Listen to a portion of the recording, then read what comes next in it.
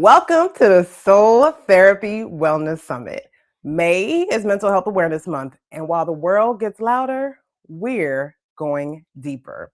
This summit is a month-long virtual series featuring some of the most powerful voices in wellness every Tuesday and Thursday at 12 p.m.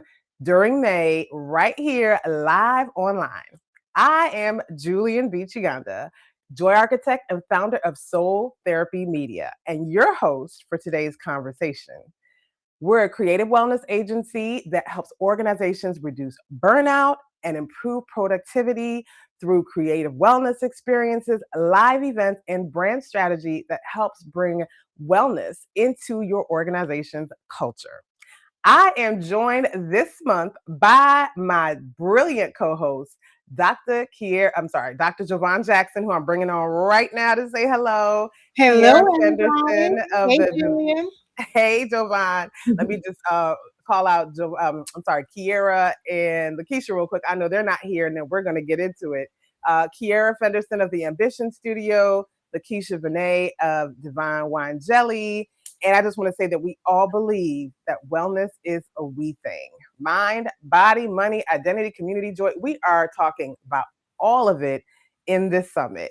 And Jovan, I'm going to bring it over to you just to say a few words and say hello so we can get into it. Yes, I just want to say hello. I'm just ready to get into the conversation today. I'm excited about Dr. Gina and what she's going to share with us because I have been saying for a long time, I need to get into that ancestry stuff, understand my identity more. So I am looking forward to this conversation. I cleared my calendar to be here. Listen, and it's going to be so good. And I do also want to shout out our phenomenal media partner, the Washington Informer. Thank you so much for bringing this conversation to our community and being a trusted voice in our community for over 60 years. We appreciate you, and we look forward to continuing working with you during this entire summit. Now, here's the thing I want to say. Make sure that if you haven't registered for the full summit yet, the link is in the description. You'll receive the live link for every session directly in your inbox. We're also live on LinkedIn and YouTube, so you can always catch the replays there as well. And before we get into it, I will be starting every session with one of our new Soul Therapy daily wellness cards, which are available for pre-order on our website. Today's card is You Are Enough.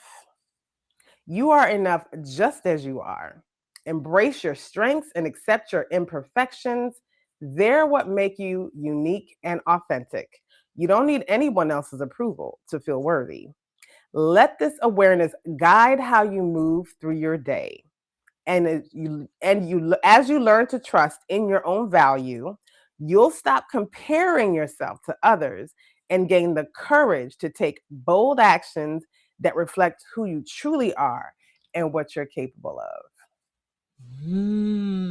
What you got to say about that, Dr. Jovan? What you got to say about Love. I that? think that's an affirmation, something that should be read every day because we are in a culture where we're constantly watching, you know, things that aren't even real a lot of times on social media, and it's so easy to slide into, am I doing enough, am I good enough, and is my business growing fast enough? When I look, this comparative spirit, and so I love that. I receive it, I embrace it, and I won't abuse it. I love it. I love it. I agree. I think this is why I chose that card for this particular conversation, because so many of us tend to be ashamed of where we come from in our culture, not realizing that very often that's the very thing that not only makes us unique, but actually gives us a strong foundation from which to grow from. That's right. So thank you for that, Dr. Jovan. Thank you. Absolutely, absolutely. So now we are going to get into introducing our next speaker for this summit. And let me just say, I'm excited about this conversation about how culture and identity, and specifically DNA, can impact your well-being. So I could not be more excited about having this conversation with Dr. Gina Page. Our guest today has spent over 2 decades helping people answer the question, where do I come from? She's the co-founder and president of African Ancestry, the pioneering company that has helped over 1 million people of African descent trace their DNA back to specific countries and ethnic groups in Africa. And we're going to talk more about that because there is a difference between African Ancestry and some of those other companies. I'm just saying, but I'm going to let Dr. Gina tell you about it. She has revealed the roots of some of the world's most iconic figures, including Chadwick Boseman, Oprah Winfrey, John Legend, Taraji P. Henson, and the list goes on. Her work has been featured on 60 Minutes, PBS, and Time Magazine, Essence, the New York Times, among many others. She is a Stanford, okay, y'all heard that right, Stanford University alumna, and a lifelong entrepreneur who started her first business at the age of 8, and she's still here. But more than any credential or accolade, she is a woman on a mission to help people understand who they are by knowing where they come from. And today, she's bringing that mission to our community. So without further ado, let's welcome Dr. Gina Page to the stage. Yeah, that rhymes. Hey, Gina, how are you doing? I am black and proud today. How are Oh, you? that's right. All day, every day. All day, every day. So I just really want to thank you for making the time for this conversation. I think you have so much to share with our audience as it pertains to culture, well-being, DNA, identity, all of the things that make us who we are. And sometimes we're not fully, embracing. And so I really am looking forward to getting into how the work that you've done over more than 2 decades with your team at African Ancestry has empowered over 1 million people of African descent. So first and foremost, thank you for your commitment to the community and to the work that you have done over all these years. You're welcome. You're welcome. And thank you for having me here. I get to be a part of the summit, and you know, you emanate joy all the time. So I appreciate being included in some soul therapy work. Thank you, Dr. G. And just so you all know, I call her Dr. G, but she is Dr. Gina Page. I just, that's an inside thing. And I really want to start this by kind of level setting why this conversation is even personally important to me. And I know, I've gotten some comments from other people who I posted about this conversation online, and they were saying how my story resonated with them. So as Dr. Gina, I am originally from East Africa, from Uganda, come from an immigrant family, moved here when I was really young. And, this was some time ago. This was before Black Panther, okay? So you already know, like back in the day, there was nothing about being African and proud. Yes, Black and proud, yes, but African and proud, that was a whole other thing. And I remember growing up being ashamed of where I came from. I wanted to change my last name, Chiganda, to Jackson or Cosby. I mean, who didn't? I mean, this was back in the day. I wish I had different features. There were so many things I wish that were different. And it wasn't until I got older and I was part of an East African all women's dance troupe where we got to perform all around the country, sharing our culture and our dance and our music and our drama and our stories. And it wasn't until I saw how people responded to our culture and they were like intrigued and excited and they wanted to know more. And I was like, oh, wait a minute, this is something to actually be proud of. So I was fortunate to have that experience, but I know not everybody, and this pertains, we're talking about African ancestry, but as we know, culture pertains to, it's a global thing, right? Um, And I know not everybody who comes from a different culture than where they live is necessarily comfortable in their skin, because it can be very uncomfortable when you look different, talk different, dress different, eat different than everyone around you. So for me, seeing the work that you do and seeing how people respond when they get their results, I mean, I'm just like, man, I get excited because I'm just like, it's such an important thing to know your roots. So I would love to know from you, what made you dedicate your life to this work? Was there a moment where it became personal? Was it just like, okay, I'm just here? Like, what was it that got you into the space? So my entry into the space was from a business perspective. Mm, When I met my co-founder, Dr. Rick Kittles, and learned about his ability to use DNA to tell people where specifically in Africa they came from, I thought this is something that has never been done before. mm, And I come from a packaged goods background. I spent many years working for companies like Colgate Palmolive on Palmolive dish liquid, for example, or Sara Lee Bakery working on the frozen pie categories, mm, right? Category and frozen desserts. And there is nothing new anymore. mm, mhm. Any product that we use, it may say new, but it's just the next generation of something that came before it, Right. right? You put some scrub and bubbles in a dish liquid, you put you turn cheesecake into bites and cover them with chocolate. You know what I mean? It's not, Right. nothing's new. Yeah. But this ability to use DNA to tell us something so important was brand new and never been done before. And so Mm, I wanted to continue to work for myself, bring a product to market that no one had ever seen before. mm, And it was important that it was a product that was for the benefit of the people that I'm passionate about, which is mm, Black people. So while his entry into the space was from science and his own identity, mine really was business. Like, okay, I want to do that. yeah. And then over time, it quickly became something that I'm not even in control of. It may sound trite to others. I don't really care, but it really is the ancestors telling me to do this, Julie. Mm, And it's not like I hear them yeah. directly, and but there's no rational reason for this company to be in existence Mm. in 3 years. It's just not. Well, From let's talk about that. Why do you feel that way? What is it that makes you say that?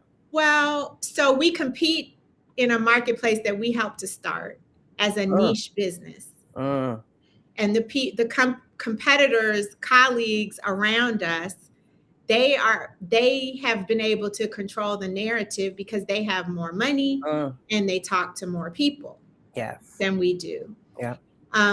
Not to mention the fact that in 2003, when we started, what did we know about DNA? Like Not a whole it was lot. brand new, and it was used to exonerate people. Yeah. It was used to incarcerate people. Mm-hmm. It was nothing. We knew about the Tuskegee experiment. Yeah. Nothing positive, really. Yeah. That's very So true. there's that, and then you had this experience of not feeling good about your Africanness because Mm-hmm. of the attitudes of the people, and Black people probably Yep. more so than white people. Um, we suffer from the same thing. Mm. Those of us who were born here Yeah. suffer from ignorance and also misunderstanding of who we are, Absolutely. and a lack of knowledge of who we are. Yeah. Yeah. So then we're trying to tell a group of people that isn't necessarily 1000% vested in their Africanness Mm, that you should want to know where in Africa you're from. Don't mm, know mm. that Africa is a continent and not a country. People who can't name more than 3 African countries. So when you put all of those things together, it's not really a recipe for resounding success. That is so true. And I feel like things have shifted. I mean, there's still a lot of education that needs to happen, but I think work that you have done and so many others in so many different fields have really helped people become more cognizant and more educated. And of course, the internet, social media has helped, about what, first of all, that to your point, Africa is not a country. Is not a country. Let's make that very clear. But then of all of the beauty and the brilliance and the diversity and the history that comes from the continent. And so to your point, yes, I think there still definitely is still a lot of ignorance, but I feel like there's so much more awareness now. And I definitely credit the work that you all have done and continue to do with being a part of that growing awareness.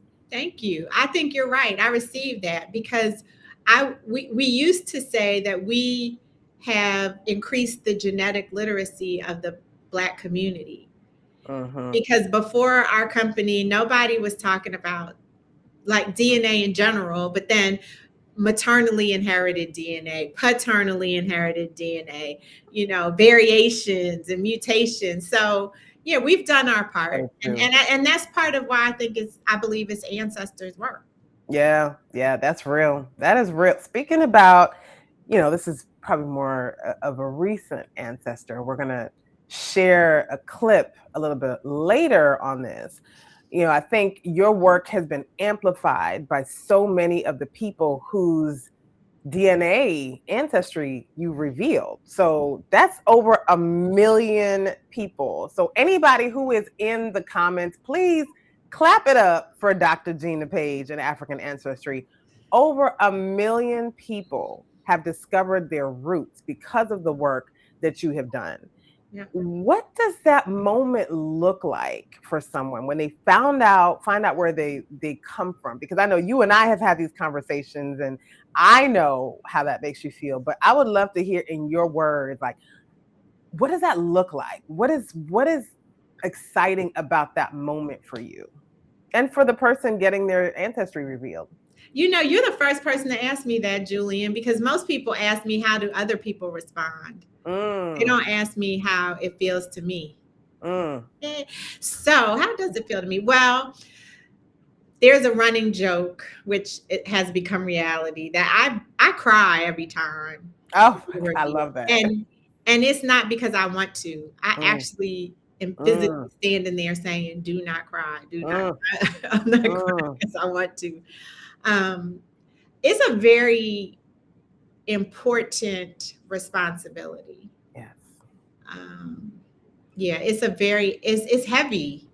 It's important and it's heavy because the people who take our test are people who maybe have had this question their whole lives or have some very specific reasons why they've taken it. And so their anticipation of the result is full. It's serious. It's meaningful. There's a lot riding on it psychologically. Yeah. So would you say you feel pressure or you feel more responsibility and honor for being the person to do this work? I feel responsibility and honor and humility. That's what I feel when I'm standing there. And you can feel like it's palpable. If it's a large group of people, you can feel the anticipation. Like there's a feeling. I don't even know if I can describe the feeling. But there's a church here locally called Ebenezer AME. And many, many years ago, it might have been 07, 08, we revealed the pastors Granger Browning and Joanne Browning. And we did it during a service. In the pulpit with them. And when I tell you the way the congregation responded, I thought for sure the roof of the church was going to open up. I was like, oh my God. Wow, that is powerful. Or we traveled to Africa with African ancestry family reunions, and I've been in Africa, I've been in Ghana, I've been at Cape Coast dungeons, where we have stood on the grounds of above the dungeons, and I've done reveals, and that's a very solemn. Oh yeah. Because now you feel physically feel like you're representing all of the people who have been Yes. stuffed Yes. and held in those dungeons, or on the at the dungeons they have what they call the door of no return. So it's the last door that the captured Africans went through as they left this dungeon and went to the shoreline to get on the boats to take them to the ships. And today those have been reimagined as the door of return. People stand, when we visit, we stand on the other side of that door and we come back in. So we are returning.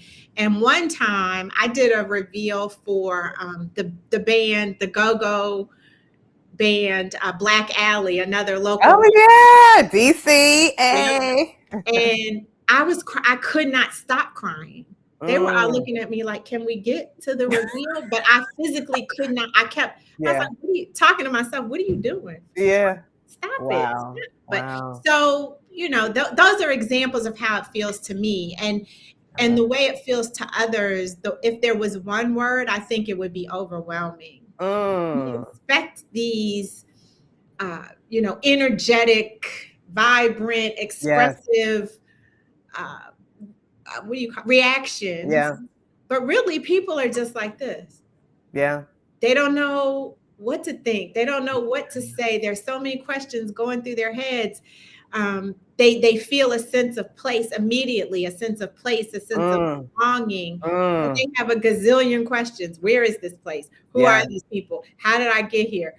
Oh my God, that person looks like my cousin. I wear clothes like that. Or, oh, my family eats rice with every meal. There are all these little things that you start seeing the connections. You know what's interesting? You say that, and this is where I just recognize we're so much more alike than we are different, because as I was growing up, I mentioned that I had challenges really embracing my African heritage. But I remember several years ago when my father sat myself, my siblings, all of us down. I am the middle of 7, okay?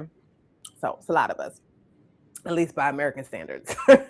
But he sat us down and we had wanted to know our family lineage. And so for me, I had always taken for granted that if I wanted to, I could find out where I came. Like, I knew where I came from. I knew the village. I knew, all of that.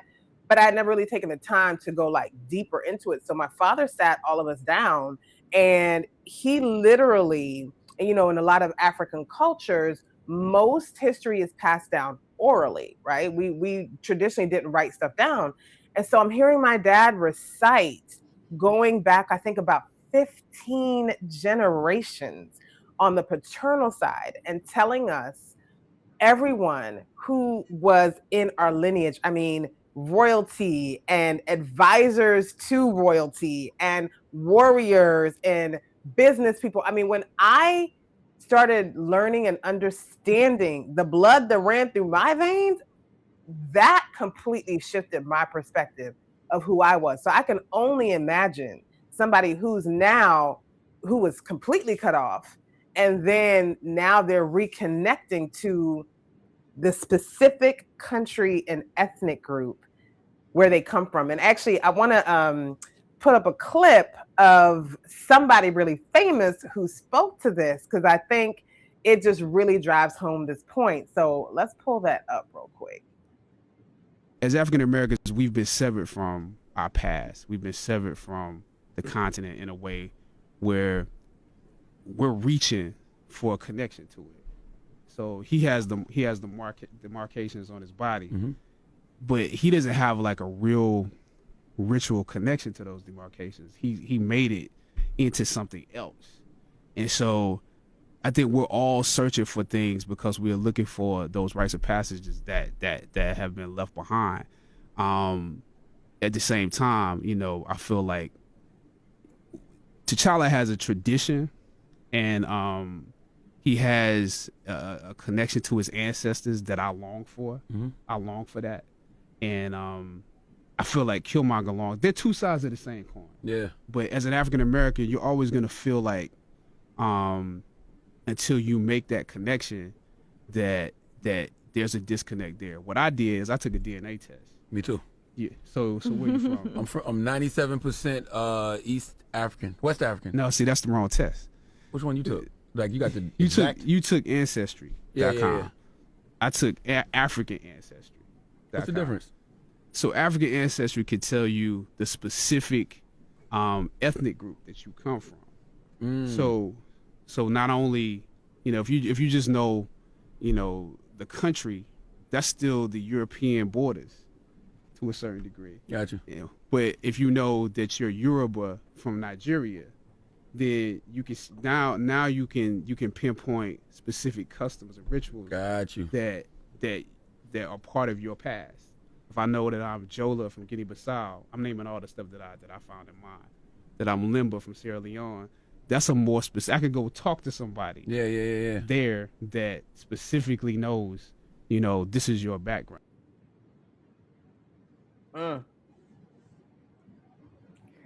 Let's talk about that clip for a second, because I know that it was pivotal. And I want you to talk about, first, I'd love to hear you share what that reveal was like with Chadwick Boseman, and then really share how that clip impacted your work at African Ancestry. So I didn't reveal Chadwick Boseman. Oh. He took the test in 2009. And before any of those major roles that we know, iconic roles that we know him for. And this interview was in February of 2018, the week before the release of Black Panther. Black Panther, yeah. So he talked about African ancestry in every press interview that he did. Wow. I had never met Chadwick Boseman when he did that. Wow. So I referred to him as our angel investor. Because our business tripled in 2018. Wow, that's incredible. And it's because from a business perspective, we had just started doing Facebook ads. And that was the clip that we used in the ad. And the Breakfast Club was very generous to allow us to run that clip. And then the part, you cut it off right before Charlemagne says, I should do that. And so, or I need to do that. That's what he said. And so we got to Charlemagne, and I went back and I revealed Charlemagne. So then that gave us more content and more exposure. But the day that clip aired, or the day that interview was live, we got inundated. Wow. With phone calls. That's incredible. People calling, it was a business person's dream. But he's our angel investor because, and when I emailed him to thank him, and his response was, that's what I'm supposed to do. That's real. And let me jump in here real quick, because we had some really incredible comments from viewers, and there's comment from The Plug. So there are people watching who have taken their ancestry, and I want to definitely recognize that. So there's a comment from The Plug. He says, I got my Matriclan and Patriclan results this February. It changed my life and the lives of my family members. And he said he was on YouTube exploring his maternal tribe right now, and he stopped to watch this live. So thank you for watching. You are in the right place.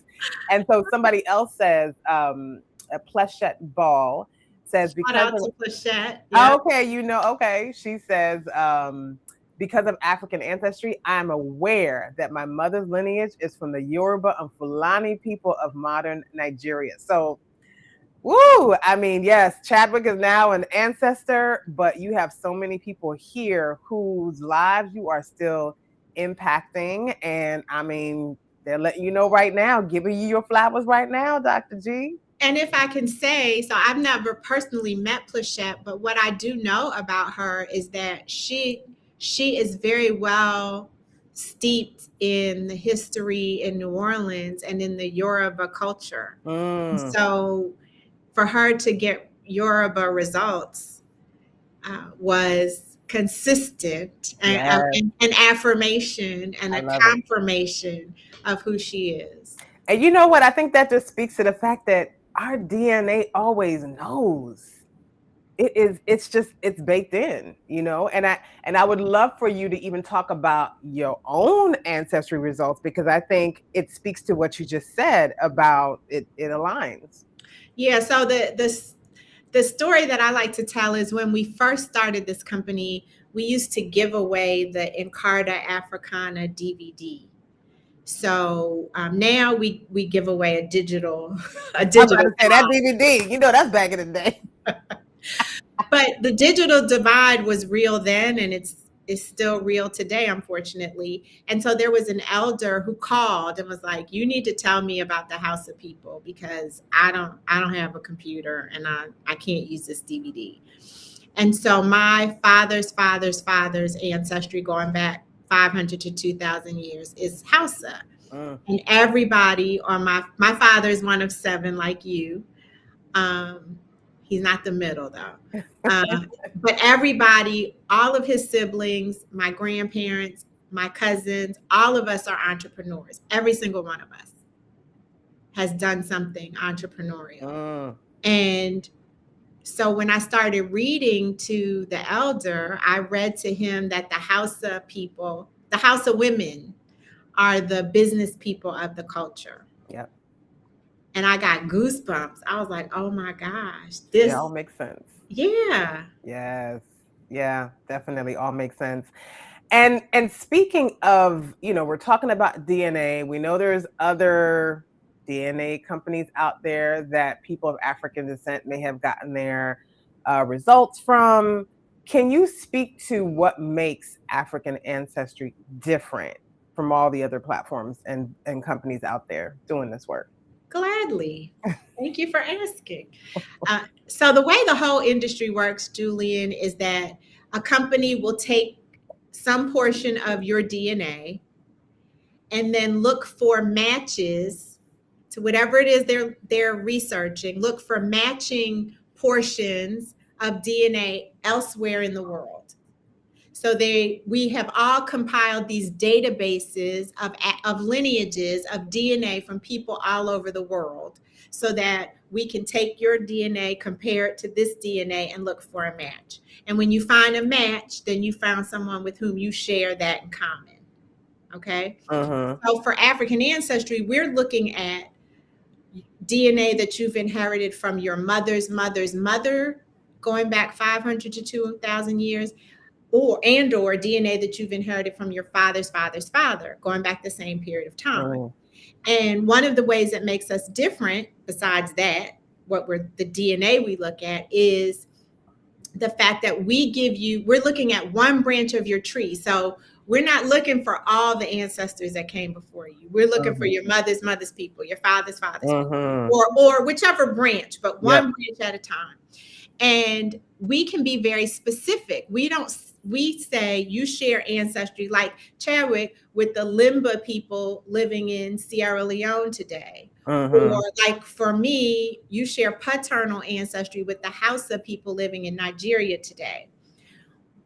So that's one way we're different. The other companies say you're X% African, X% European. Or Y% European. Within Africa, you've got some percentage from this region, some percentage from this region, and this region. They break it down into regions.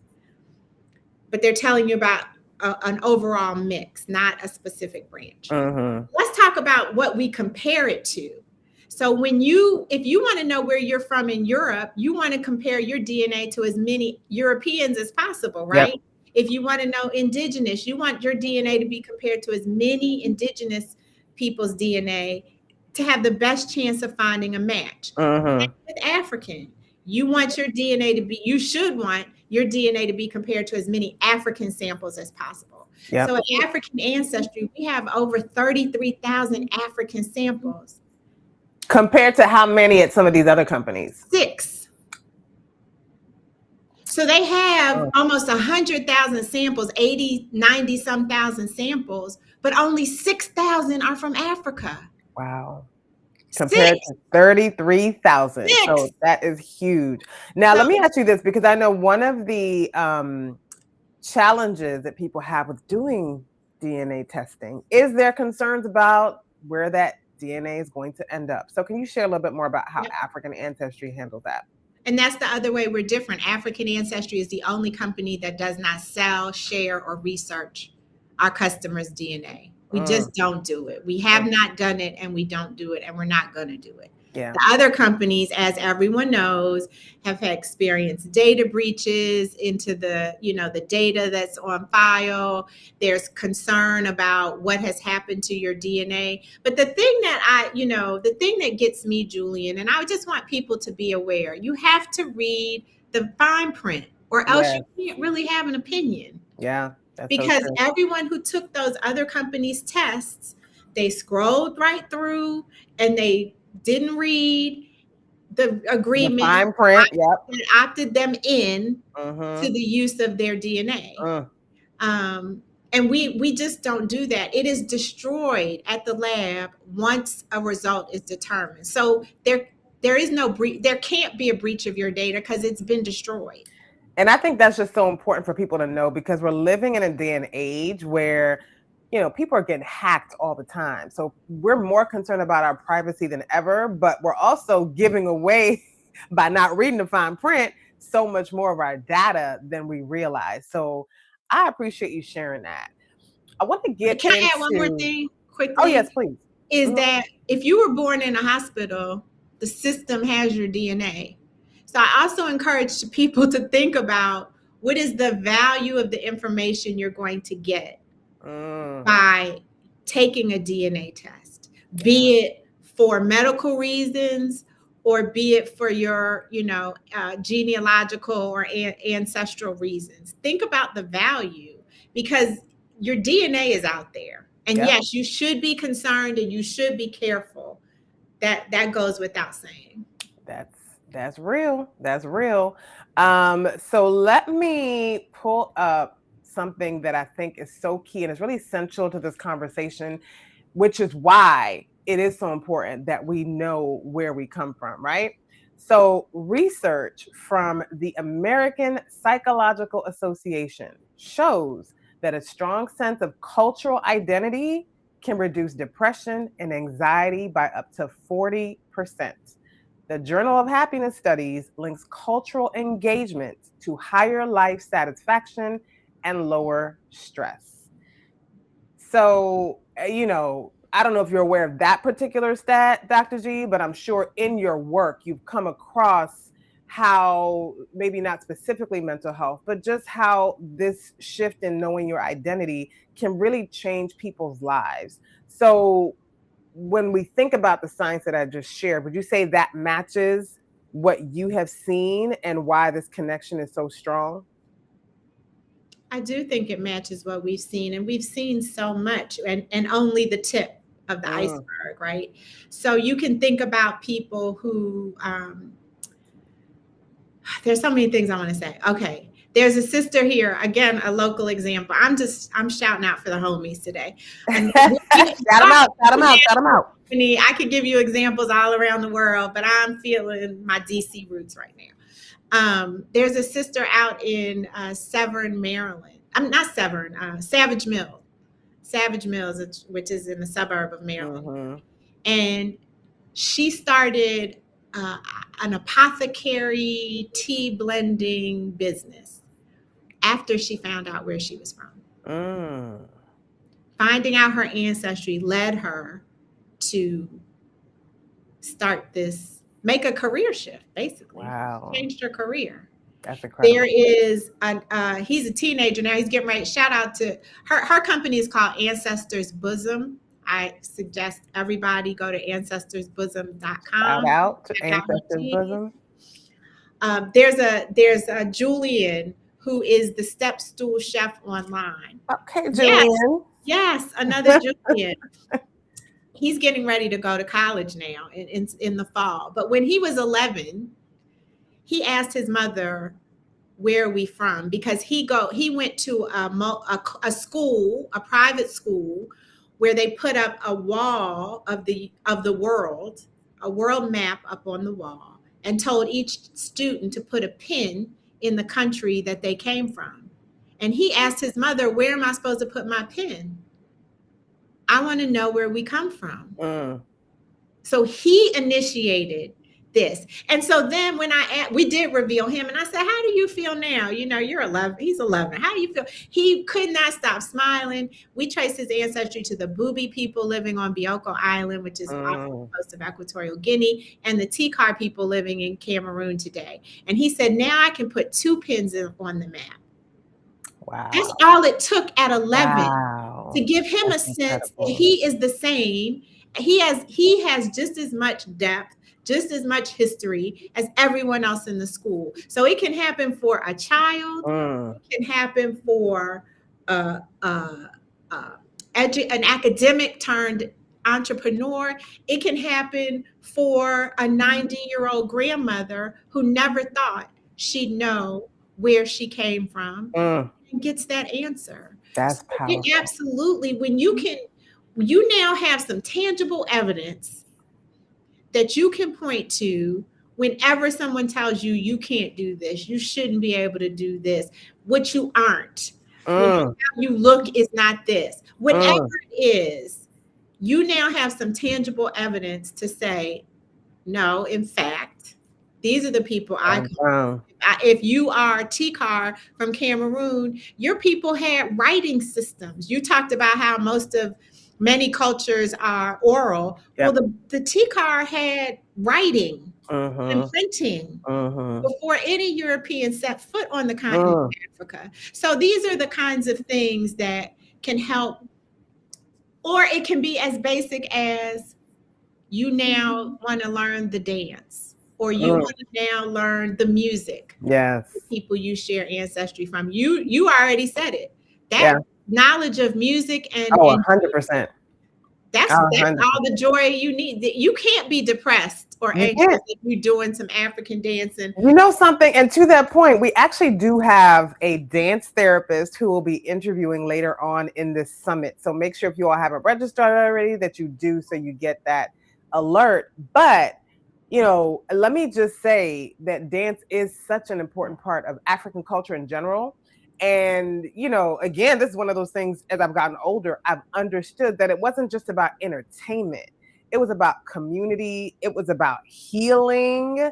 It was about history and passing that on. I mean, there's messages in the music. And to your point, there's healing in the music. So, you know, I know that there's this story, and I'll probably share it again when we do the interview with the dance therapist, but there's a story of, you know, during the Rwandese genocide in 1994, you know, several months after the recovery, all of these international organizations came in and they were trying to, you know, impose their way of mental health and healing on the culture, the Rwandese culture. And so they were doing all this talk therapy, and it was actually making it worse for the survivors of the genocide. They were not seeing any improvements. In fact, they were seeing regression. And eventually the village elders came into those communities and said, you know what, you all need to leave. We have our own way of, you know, healing and community.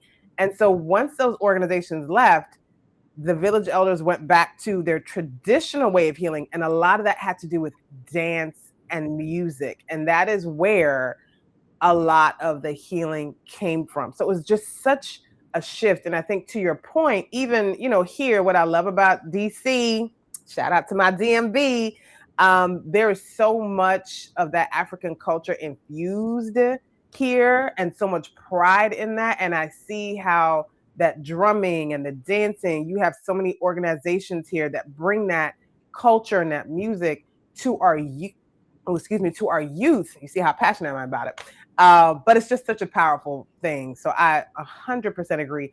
And I actually want to say, to that point, making sure people know that we have this free download from African Ancestry. So Dr. G, if you could walk us through what people can expect to get in this ancestor guide.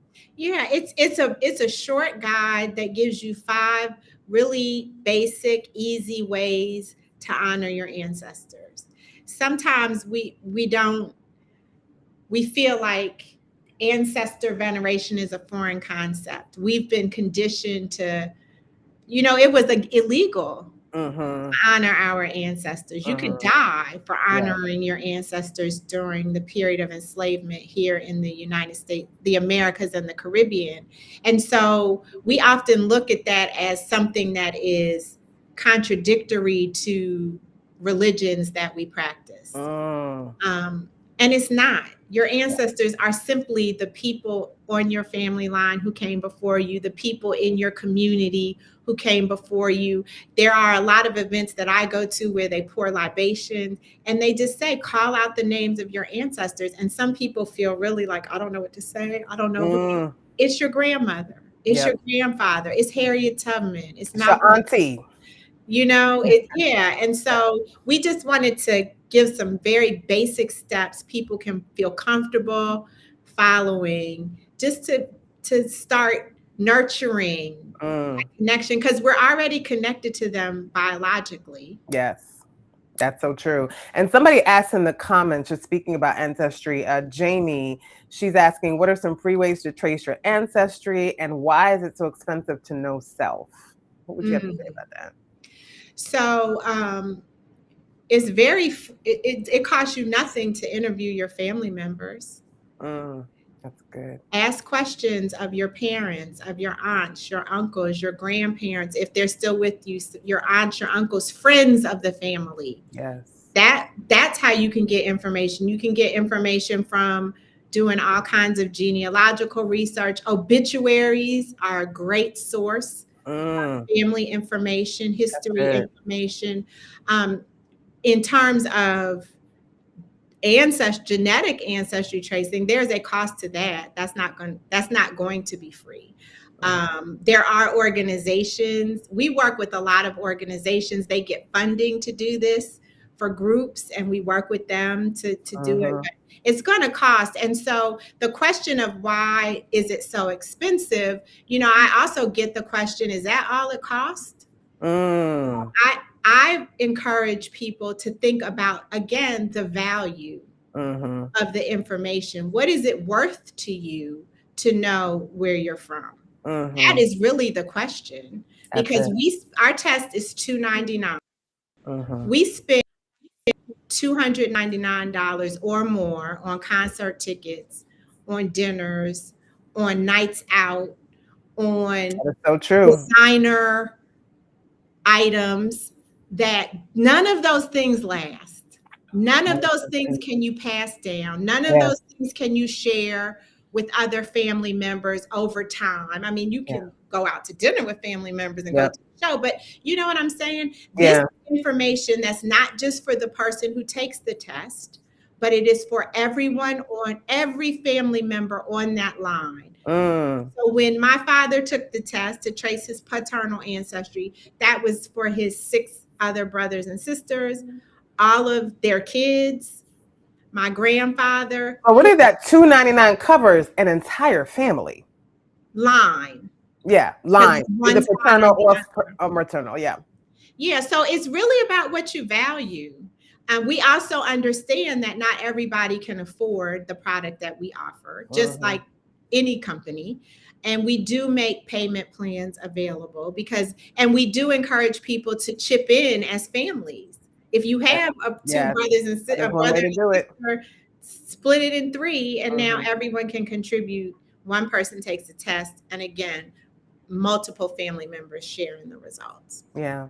Somebody's asking on the African Ancestry website, which I encourage you all to visit, is there history about the different tribes? And that's actually a great question, because I actually, Dr. G, one of the things that blows my mind about you is how much knowledge you have of these specific, not just the countries, but of all these specific ethnic groups on the continent, like bar none. And I know a lot of it has to do with the work that you've done, but it also shows like your commitment and how much you're vested in this work.